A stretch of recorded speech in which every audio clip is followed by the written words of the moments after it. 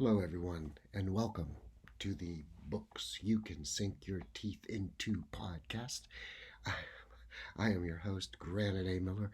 Very, very happy to have you with us and for yet another episode. It's been fun, having fun, and today got a great show lined up. We got Harshen Hank. He's got his sports news and some Harry Potter stuff.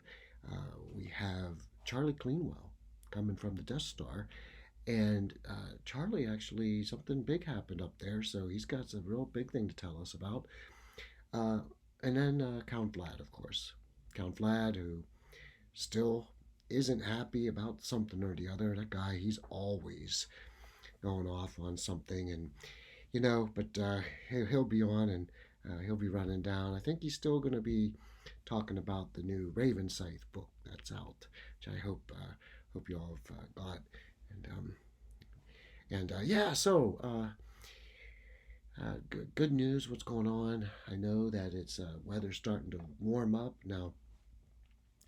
Down here in South Carolina, it's been warm for quite a while, but I do know that my friends up north, weather's starting to break. People have gotten outside. They're starting to get their gardens going, which always makes me happy. I'm a big gardener myself. Now maybe I just had a thought. Maybe that's what we'll do. Maybe one show I'll take you outside and show you the garden. Um, yeah, I got lots of stuff out there, citrus trees and all types of good things. So, all right, well maybe we'll do that next episode. Thinking on the spot here. So, but yeah, as you know, I'm a big gardener. I love gardening. I love hearing about gardens and what people are growing and doing, and you can even see you've probably seen this through a couple shows. This is my little arrow garden that I got. I turn on the light, but I do it just blinds you. So, but I got this. This is basil right here. Got some cilantro growing and some mint this time. I had Thai basil for the longest while, and man, it's just really nice. Making a salad or something. You want some fresh herbs? Come here, pick it off. I did this just on Friday. There's a big one right here. Just took it off and put it in the dinner. It really makes it nice. So, um, yeah, okay. So this week I read. Okay, so you know how there are times when you just want comfort food, right? You're just in the mood to eat, for example, like a lasagna, right? You're just in the mood for some comfort food. Well, I was kind of in the mood for some comfort reading. Had a busy week at work and traveling around and lots of stuff going on. So I decided to read Edgar Rice Burroughs' The At the Earth's Core. Now, as you can see, this is so Edgar Rice Burroughs was quite the interesting author. Kind of going away from my usual depiction of local authors this week, only because he is so he was quite the writer. Holy cow! You know him probably because he wrote Tarzan, right? Everybody knows Edgar Rice Burroughs and Tarzan. And then a lot of other people may know him from the John Carter series and was it the Princess of Mars, right? Another really good series of books.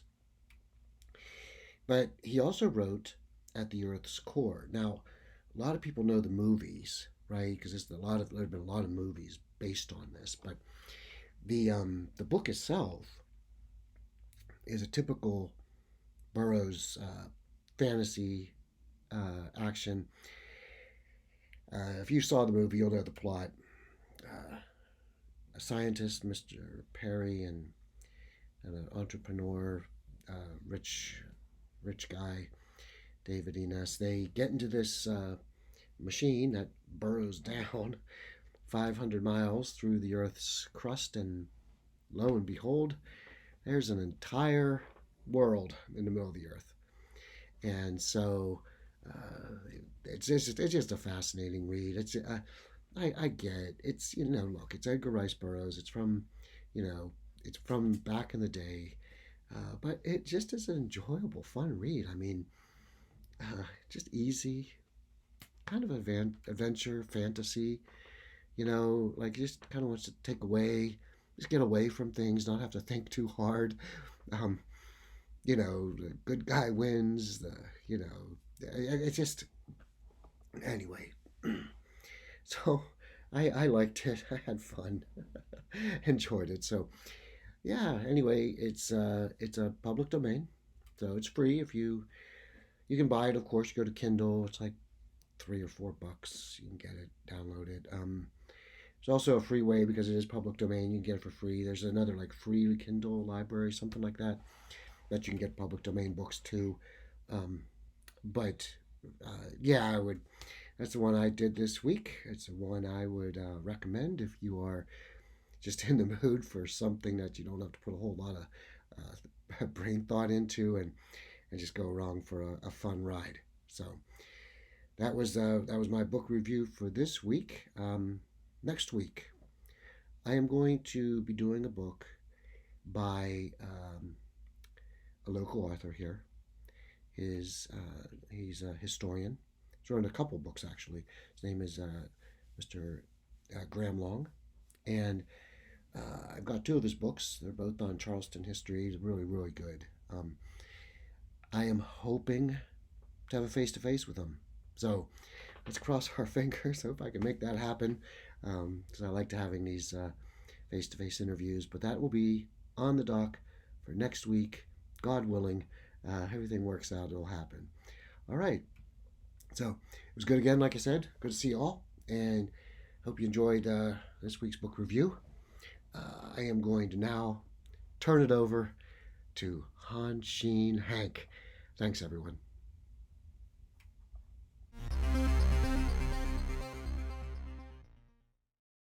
Hey, everybody. Harshen Hank here. Konnichiwa. Hello, and hope everyone's doing well. So, got some big news. I don't know if you've been watching, but I've been watching the draft, the NFL draft, and we've kind of noticed that like it's like expected. Caleb Williams went first, right? He got drafted, went to Chicago, and then in the Jalen Daniels went next, the Commanders, and then Drake May, the other quarterback, went to New England. So 1, 2, 3. But the thing that I wanted to point out, which has kind of been baffling me, is that the Atlanta Falcons, all right?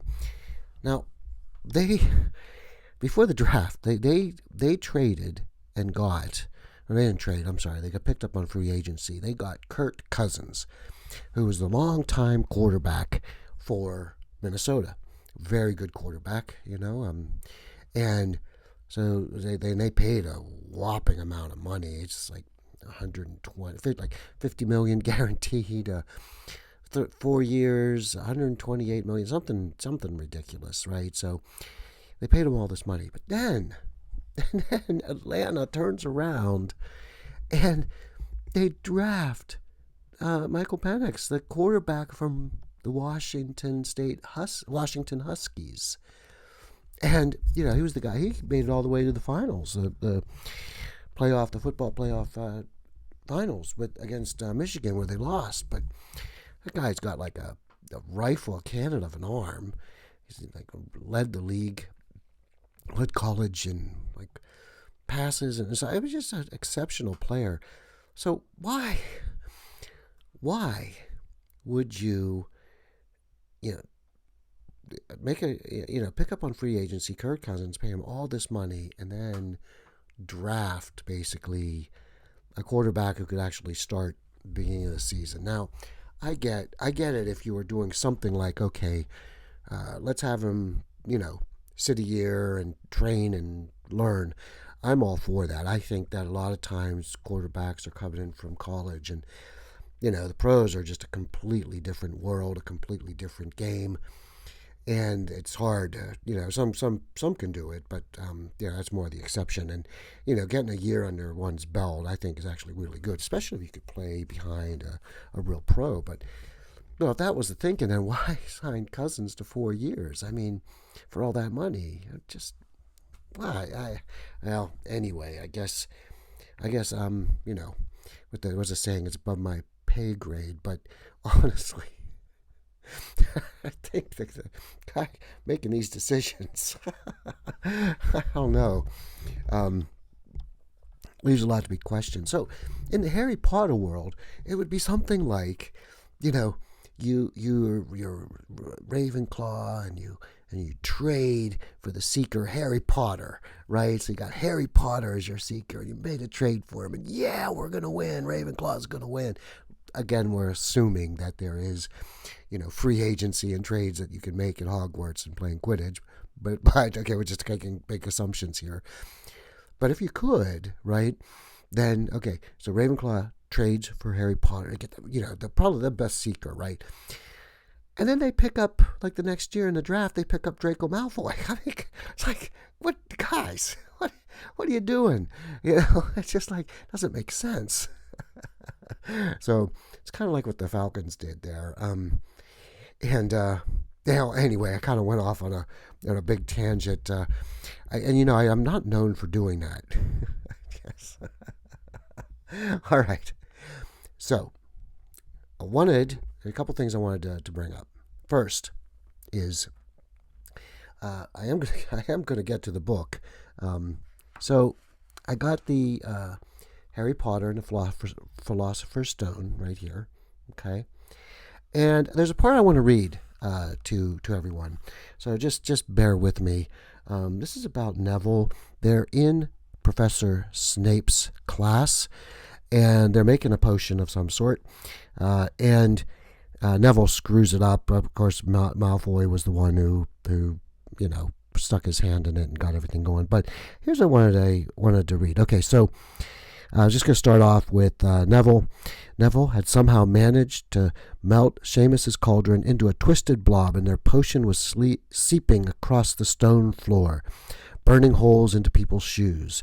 Within seconds, the whole class was standing on their stools, while Neville, who had been drenched with the potion when the cauldron collapsed, moaned in agony as red boils sprang up all over his arms and legs. So they're in Snape's class, they're making a potion, and it spills all over Neville. Okay, so in the real world, what would a concerned teacher do when a student, these are younger kids, right, horribly gets burned? Okay, here's what Snape does. "Idiot boy," snarled Snape, clearing the spilled potion away with one wave of his wand. "I suppose you added the porcupine quills before taking the cauldron off the fire?" Neville whimpered as boils started to pop all over his nose. Okay, good for you, Snape. You just, berated a young man who is in a lot of pain. So good teaching. Good teaching a lesson there. "Take him up to the hospital wing," Snape spat at Seamus. Then he rounded on Harry and Ron, who had been working next to Neville. "You, Potter, why don't you tell him not to add the quills? Why didn't you tell him not to add the quills? Thought he'd make you look good if he got it wrong, did you? That's another point you've lost for Gryffindor." So, I'm sorry, just so unbelievable. Again, you're a teacher. A student spills horribly burned. You have to chastise him first, and then you have the power, right? You've got the wand. You just cleaned up the whole mess. You whoosh, it's cleaned up.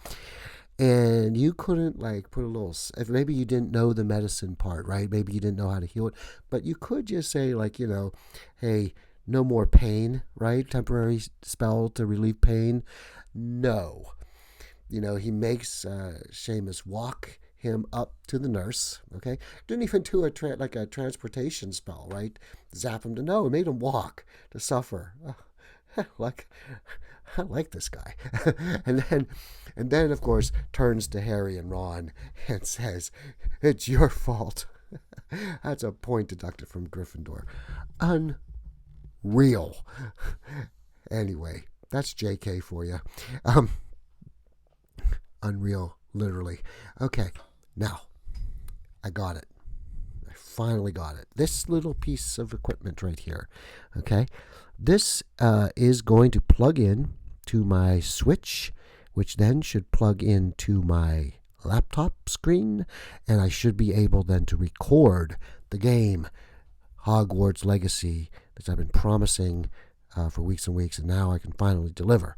So and I've been working with a program called UBS software, which will enable me to be able to play the game and also be able to talk. And so let's keep our fingers crossed that I can get this all right. Now, okay, some of you are laughing because, I'm in IT. I've been an IT pro for like 50 years. I'm still struggling. It's just hilarious. So anyway, this should be the gadget. Let's cross our fingers and hope it works. All right, well, that's my part for this week. Hope you enjoyed it. This is Harshen Hank. Up next, Charlie Cleanwell from the DeathStar. Take care, everyone.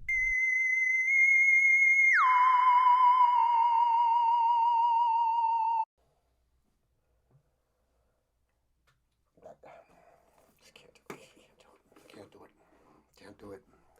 Hey, everybody. I just can't do it. There's a new rule in place around here now that says that we got to wear these helmets all the time, but I just can't do it. I can't do the podcast with the helmet on. Sorry. I'm just going to have to get zapped or choked. And, hey, so Charlie Cleanwell here from the DeathStar. How are you doing, everybody? Yeah, we had big goings on up here last week. Talking about getting choked. I think you all remember from the movie, whenever Darth's not happy, he comes up, you have failed me for the last time. And then and he chokes. Now, a lot of us have a plan that when he starts, you just immediately grab your throat and you roll your eyes and fall down and pretend like you're passed out, right? Normally, we don't feel anything. You just do it. So Darth thinks he's choked you and he's made his point. I think all of us are too afraid to actually try to see what would happen if we didn't do that. But anyway, the rumor goes around that there really is no force, and some young IT guy that actually had to go to the Emperor and then Darth when they were torturing Luke and Han, and he had to go in and say, I don't think this is real. And oh my gosh, the memos that came out after that, that's part of the wear your helmet all the time rule now that came through. And now if you see Darth or the Emperor coming, you have to get like within 20 yards away of them, or they're going to get you with the Force. So it's been a real nightmare up here. I just wish, it's just been one week after the other of drama going on. And we see that, a lot of times that a lot of this drama can be avoided. But the thing is with Darth and, his tissue paper feelings, he's so big and macho and strong, and all you got to do is just say, hey, what happened to Padme there, Darth? And he loses. He's just done. He's done. I can't handle it. He's sobbing uncontrollably and runs back to his egg. The Emperor, he's no better. No better. That whole Baby Yoda thing, where, he has been crying ever since Baby Yoda took off with the Mandalorian, and they've been gone. But people love this Baby Yoda, right? So there's Baby Yoda. It's like, oh, he's so cute. Oh, look at Baby Yoda. But do you know that this scene right here, you know what that's it? You know what he's got in his mouth? It's a frog person. Okay, if you guys remember, Baby Yoda was on that ship with that family who was trying to start a new family, and they had like 10 eggs, and Baby Yoda was going, he was eating them. He's the kids, right? The frog family's kids. And Baby Yoda's like, and it's like, oh, he's so cute. Well, no, he's not. He's a monster. Okay, maybe that's why the Emperor likes him so much. But anyway, ever since the Mandalorian came and took Baby Yoda away with them, the Emperor's been in fits. Absolute fits. Kylo can't do anything to calm him down. Luke and Han were here for a week, and that didn't go well either.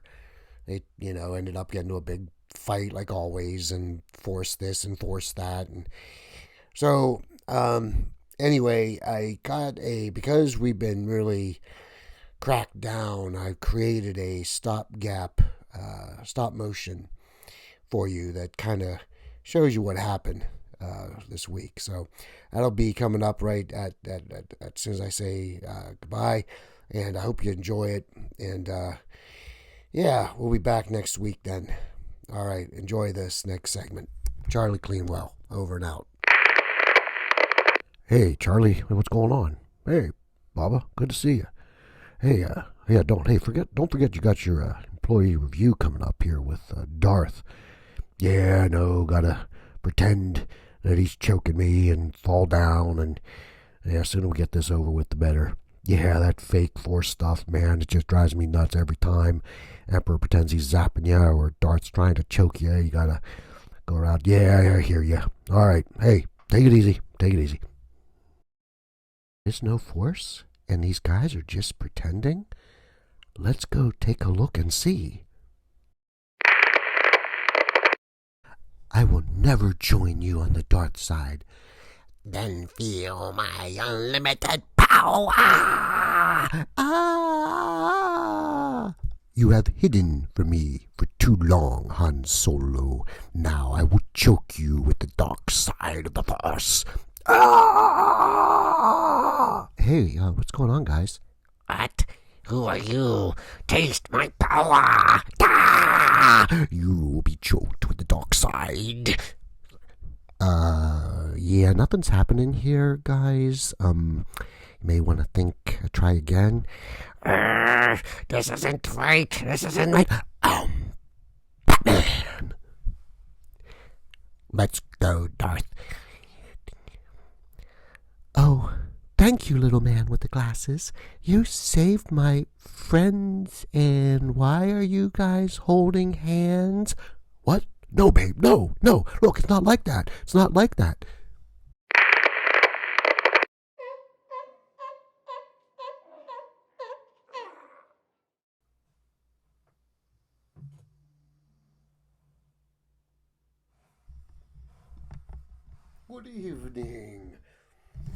Good evening. This is Count of Vlad from my castle. As you can see, we have a beautiful night. And look, Count Vlad's getting the hang of it, of going to the opposite direction when he wants to show you something.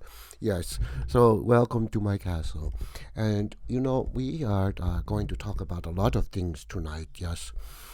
But one thing that I wanted to first talk about was this whole... the Force not having the power. That is not true. The Force has the power.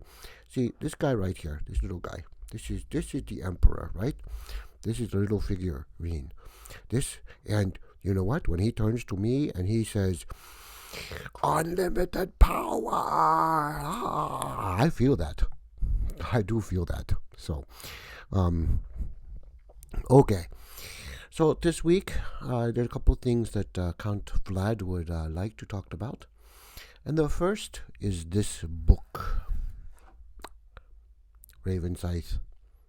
I don't know if you've all read this book, but you should if you haven't. I think you will really like it. And in this book, there is a vampire. Yes, there's a vampire. Her name is Queen Lilith. Yes. And she is treated very badly. That's what I say. The guy, the Van Helsing guy, he cut off her head, and then she was a ghost, and then she had to, follow around these two other dingbat ghosts for a long time until she, is able to finally get her body back and become a vampire again, which is not, she's a queen, and queens do not deserve to be treated in that manner. That's right, a vampire queen, and should not be treated like that. So I want you to read this book. Get this book. You can get it on the Kindle, right? I want you to read it, and then I want you to comment and tell me, do you think like I do, that she was treated badly? Because I think she was treated badly, very badly. So that's the one thing that I did not like. But then the second thing was that I heard about a saying, a particular saying, and it's called a Karen. And I'm not real sure what this means, so I looked it up. And I found that there is a Karen vampire. Now, you have to see what I see. So I'm going to try to show you this clip. And let's see if I can get this to work, because when you see this Karen vampire, you're going to agree with me. We need more Karen vampires. Okay, so just give me 1 second. We'll try. Okay, so as you can see up on the screen, I have the vampire Karen here for you. And we are going to watch this together. This little clip, we're going to watch it together. So let me go ahead and start to play this. Give the count 1 second. And I hit the play, and there we go. Okay. Oh, vampire. Nice. Okay. Oh, there's some blood. Very good. Yes. Oh, nice. And, oh, yeah. Okay. Drinking the blood. And okay. The count, that was scary. Okay. Those eyes are scared. The count. Got it. Okay. So let's keep on going. Let's see what else is next. Okay. So here we go. Okay, girl again. And there's some eyes. Look at those eyes. Very interesting. Oh, there's a neck. Yes, bite that neck. Okay, and there she is. What's she doing? What is that? Some jujitsu? Is she doing some jujitsu on this guy? It looks like jujitsu, but look at her eyes. They're all red. I wonder what this means. Okay, so here she's going in for a drink. That's what that means. Here she goes. All right, and she's going to bite the neck. Oh, what is this? What the heck up? We had some really good anime, and now we get this. This is what the count calls lazy drawing. Okay, is there more? Let's see. Okay, keep on going. Oh, there's an eye. Oh, look at that eye, like a cat eye. Yes, and some chains. Okay, good. Some chains, and then some more red. Okay, what's going on? Bats. Oh, like the bats. I like the bats. So and what's this? Oh, and the moon. Okay, so now it appears that there were some bats flying away. They were scared, perhaps. And then we get this moon. Okay, and there's some white demon guy. So let's see what happens after this. There's the moon, and there's some more blood sucking, and red eyes, and okay, a lot going on. The count, okay, let's go ahead and we'll get off of this. Okay, we're back to normal view. So, yeah, there was a lot going on. Lots of red eyes. I like that. There's a book that I read. It was about a man called Clint, I think it was named, the Dead Adrenaline series, and those zombies, they all had the red eyes. So kind of made Count Vlad remember that book. And you can get that book at Amazon, shameless plug. Dead Adrenaline. We had actually did that book a review here a couple podcasts back, so you can see. And we interviewed the author too. But anyway, back to the vampire Karen. There was a lot going on. Boy, it was just like, whoa, boom, boom, boom, boom. Lots of vampires and lots of red eyes. And yeah, it was a little too fast for the Count to follow. Count of Vlad likes the older stories where it's very much more slower pace.